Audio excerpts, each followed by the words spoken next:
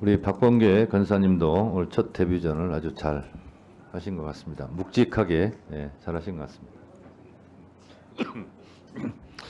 저도 질의하도록 하겠습니다.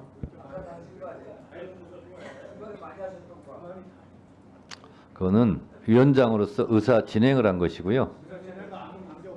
지금은 질문을 하겠습니다. 헌재 사무처장님. 예. 헌재에서 내란숙의 피의자 윤석열을 사형에 처한다. 이렇게 판결할 수 있습니까? 없습니까? 없습니다. 없죠? 예. 헌법재판소에서는 위헌 여부의 중대성을 가지고 윤석열을 파면할 것인가 말 것인가를 판결하는 곳이죠? 예, 그렇습니다. 네, 그렇습니다. 법원행정처장님. 예. 내란숙의 피의자 윤석열은 헌법 위반 정도가 매우 심각함으로 탄핵한다. 이런 판결을 법원에서 할 수 있습니까? 없습니까? 할 수 없습니다. 할 수 없죠? 예. 네.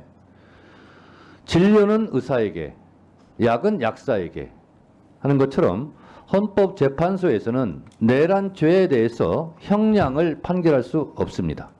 마찬가지로 법원에서는 위헌 여부에 대해서 따지고 윤석열을 파면 조치할 수 없습니다. 따라서 헌재는 말 그대로 헌법을 재판하는 곳이기 때문에 헌법재판소입니다. 내란죄를 포함시켜 헌재에서 심리를 할지라도 실제로 내란죄에 대한 사형, 무기, 형량을 선고할 수 없기 때문에 실제로 윤석열을 파면 탄핵하는 데는 그다지 실익이 있다라고 말하기가 어렵다라고 생각합니다. 저는 국민의힘 의원님들이 참으로 비정하다라고 생각합니다. 윤석열 입장에서 보면 얼마나 배신감이 들겠습니까? 본인은 헌법재판소에서 헌법에 대한 위헌성 여부를 따지는 것도 버거울 텐데 국민의힘 의원들이 왜 내란죄를 뺐느냐, 내란죄를 포함시켜라 라고까지 주장합니다. 얼마나 힘들겠습니까? 윤석열의 입장에서는. 그런데 국민의힘 의원님들은 너무 걱정 안 하셔도 됩니다. 내란죄는 형사재판에서 제가 추측건 때는 아마 사형 선고가 나올 것으로 생각됩니다. 그래서 윤석열에 대해서 내란죄에 대해서 사형 선고가 내리는 것은 법원에서 형사재판에서 할 테니까 너무 걱정 마시고 그것을 헌법재판소에서 왜 안 하냐고 윤석열 씨 서운하게 그런 말은 안 하시는 게 좋을 것 같다라는 생각이 듭니다. 자, 방화범이 불을 저질렀습니다. 불을 질렀어요. 그리고 또 불을 지르겠다고 합니다. 그것도 12월 3일 날 불을 질렀는데 나를 잡아가지 않으면 또 불을 지르겠다. 그러면 그 방화범에 대해서는 일단 파면 조치해야 됩니다. 우리 회사 불 질렀는데 또 지를 거야. 그러면 일단 회사에 못 나오게 해야 됩니다. 격리해야 됩니다. 이게 헌법재판소에서 하는 파면, 탄핵 인용입니다. 그런데 그 방화죄에 대해서 징역 10년이냐 15년이냐 무기징역이냐 사형이냐는 그것은 나중에 형사재판에서 하면 될 일입니다. 그런데 이 방화범이 계속 불 지르라고 형사재판을 하면서 1년이 걸릴지 2년이 걸릴지도 모르는 그 방화범을 그냥 불 지를 수 있도록 하는 것은 책임 회피다 이렇게 생각하고요. 어느 회사 금고지기도 마찬가지입니다. 12월 3일 날 12억 3천만 원을 횡령했는데 빼돌렸는데 그 자리에 두면 또 빼돌리겠다고 그래요. 그러면 빨리 격리부장 금고지기직을 파면해야 되는 거예요. 그래야 그 회사가 안전합니다. 그런 면에서 헌법재판소에서 윤석열을 하루속히 파면해야 되는 이유는 이 어려움에 처한 대한민국을 구하는 데 필요한 조치다라는 것이고 이거에 대해서 왈가왈부 하시는데 제가 굳이 이것을 말하지 않고 8년 전 권성동 의원이 어떻게 말했는지 권성동의 말을 권성동의 말로 탄핵하겠습니다. 한번 들어보시죠. 탄핵 법정은 대통령의 직무집행 행위가 헌법과 법률에 위반되느냐 그리고 위반의 정도가 중대하느냐 만 관심이 있을 뿐이지 그것이 뇌물수수죄가 되는지 강요죄가 되는지 직권남용죄가 되는지 여부는 탄핵 심판에 있어서 관심사항이 아니다라는 말씀을 드립니다. 탄핵 심판은 대통령의 직무집행 행위가 헌법과 법률의 위배되는 이하의 여부가 중요하기 때문에 그렇습니다. 뇌물죄, 강요죄 등은 논하지 않고 헌법 위배 사항만 담겠다. 범죄 성립 유무는 탄핵 심판 아닌 형사재판의 대상이다. 공소장 변경도 기본적인 사실관계는 그대로 유지하면서 거기에 대한 법적 평가를 달리하는 것입니다. 그렇기 때문에 국회 제적위원은 3분의 2 이상의 찬성이 필요 없고 마치 검찰의 공소장처럼 뭐 뇌물수수죄에 해당한다, 강요죄에 해당한다, 탄핵 심판은 대통령에 대한 파면 결정을 하는 행정소송의 일종이거든요. 예. 그래서 유무죄는 유죄냐 무죄냐는 형사법정에서 가려야 되는 문제고 탄핵법정에서는 대통령의 직무 집행 행위가 헌법과 법률에 위반되는 여부만을 판단하면 됩니다. 예.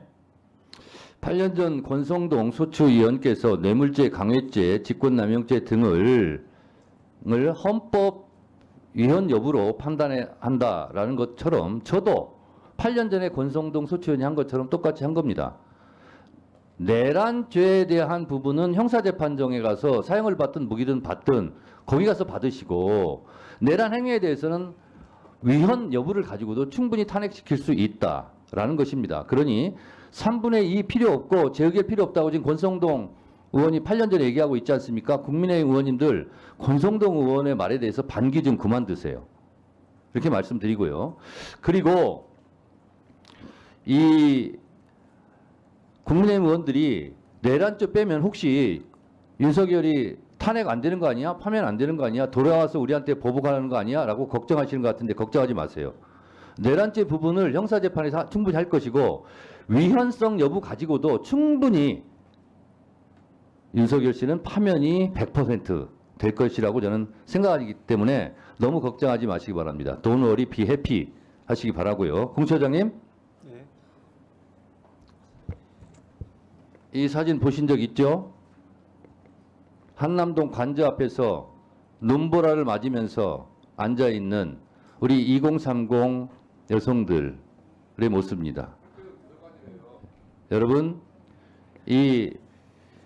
이분들이 공수처보다 더 오래 한남동 관저를 지키고 있다 하는 사실 명심하시고 2차 때는 1차 실패의 우를 범하지 않기 위해서 최선을 다해 주시기 바랍니다. 잘 알겠습니다. 더 많은 국민들이 그 반대편에 서 있는 거 기억 안 하세요? 이렇게 앉아 있지만 더 많은 국민들이 반대편에 서 있잖아요. 송석준 의원은 발언권 없고 얘기하세요. 발언권 없고 얘기하세요. 안 줘요. 그러니까 말씀하지 마시라고요. 법사위원장이 어떻게 그 공수처 과외 학습장입니까?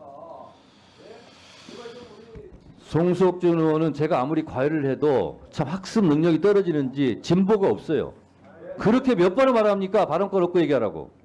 자, 그러면 지금부터 잠시만 주목해 주시기 바랍니다. 제가 구독자분들을 위해서 선물 하나를 준비했는데요. 제가 항상 여러분들께 드리는 말씀이 있습니다. 뉴스만 평소에 잘 챙겨보셔도 돈이 되고 돈을 벌 수 있다라고 말씀을 드렸는데요. 여러분들은 여기 보시는 삼성전자 뉴스를 보고 어떤 생각이 드세요? 아니면 정치인들의 뉴스, 날씨 뉴스를 보고는 어떤 생각이 드시나요? 그냥 뉴스만 보고 끝내는지 아니면 이 뉴스를 어떻게 이용할 수 있는지 이 부분을 고민하고 계시는지를 되물어보고 싶습니다. 그 이유가 뭐냐 하면 제가 지난번에 여러분들께 뭐라고 말씀을 드렸었죠? 지금은 반도체 섹터를 눈여겨보셔야 한다고 말씀드렸습니다. 그리고 나서 이런 썸네일들 뉴스를 통해서 많이 보셨을 겁니다. 반도체 내용이 이슈가 됐을 때 부자들은 어떻게 생각한다? 반도체 관련주들은 뭐가 있는지, 어떤 종목이 가장 좋은지, 어디에 투자해야 돈이 몰리는지 자연스럽게 생각한다고 제가 말씀을 드렸죠. 그 이유가 뭐냐 하면 부자들이 봤을 때는 이슈가 곧 돈으로 이어지고 그 이슈가 나에게 돈을 벌어준다는 경험적 확신이 있기 때문에 부자들은 항상 이런 사회적 이슈를 관심있게 챙겨본다고 제가 말씀을 드렸습니다. 이번에도 마찬가지인데요. 제가 지난번에 시청자분들과 함께하는 주식으로 수익 내기 이벤트를 진행했었죠. 당연히 100% 무료로 진행을 했었고요. 여기 보시면 아시겠지만 제가 지난번에도 구독이라고 보내주신 모든 시청자분들께 반도체 관련주 중에 가장 크게 급등할 딱 한 종목, 많은 종목도 아니라 한미반도체 한 종목을 여러분들께 추천드렸어요. 그러면서 여기 나와 있는 대로 정확히 얼마에 매수해야 하는지 그리고 수익률이 어느 정도 나왔을 때 팔아야 하는지를 이런 부분들까지 여러분들에게 정확히 알려드렸었는데 지금 실제로 어떻게 되었다? 오른쪽을 보시면 아시겠지만 제가 지난번 문자 발송으로 이 한미 반도체를 소개해드리고 나서 실제로 이렇게 5배 이상 어마무시한 상승이 나왔습니다. 100만 원만 투자를 했어도 무려 500만 원이 넘는 수익금이 생긴 거죠. 그래서 당시에도 굉장히 많은 분들이 제가 드린 이 한미 반도체로 수익을 내실 수가 있으셨을 텐데요. 다시 한번 축하드린다고 말씀을 드리겠고 이번에도 마찬가지입니다. 앞으로도 2024년, 2025년 계속해서 기대해볼 섹터는 AI입니다. 그 중에서도 AI 반도체는 그 누구도 부정할 수 없는 미래 성장 산업입니다. 그러면 우리가 어떻게 생각해 볼 수 있을까요? AI 반도체 종목 중에 앞으로 크게 대장 역할을 하면서 10배 이상 급등할 수 있는 템베고 종목을 지금부터 열심히 추적해야 한다는 겁니다.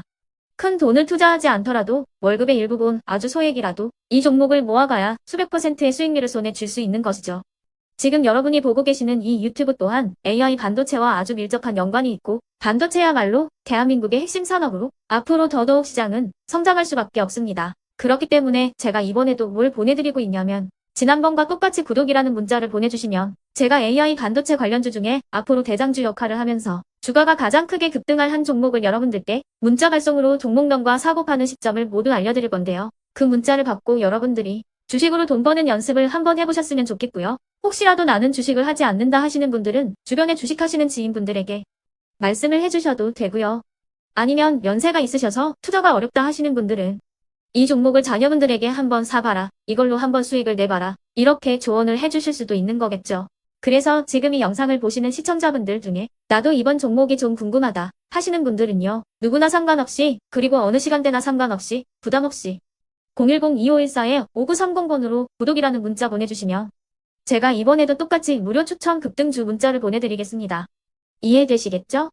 제 번호 010-2514-5930번으로 구독이라는 문자 보내주시면 여러분들이 직접 이슈를 통해서 돈 버는 연습을 해보실 수가 있는 거고 제가 돈을 받는 것도 아니고 투자를 대신해 드리는 것도 아니기 때문에 부담 없이 신청해 주시면 되는 겁니다. 그리고 수익이 나면 저는 다른 것은 하나도 바라지 않습니다. 제 채널에 구독, 좋아요 한 번씩만 눌러주시라 이렇게 다시 한번 말씀을 드리겠습니다.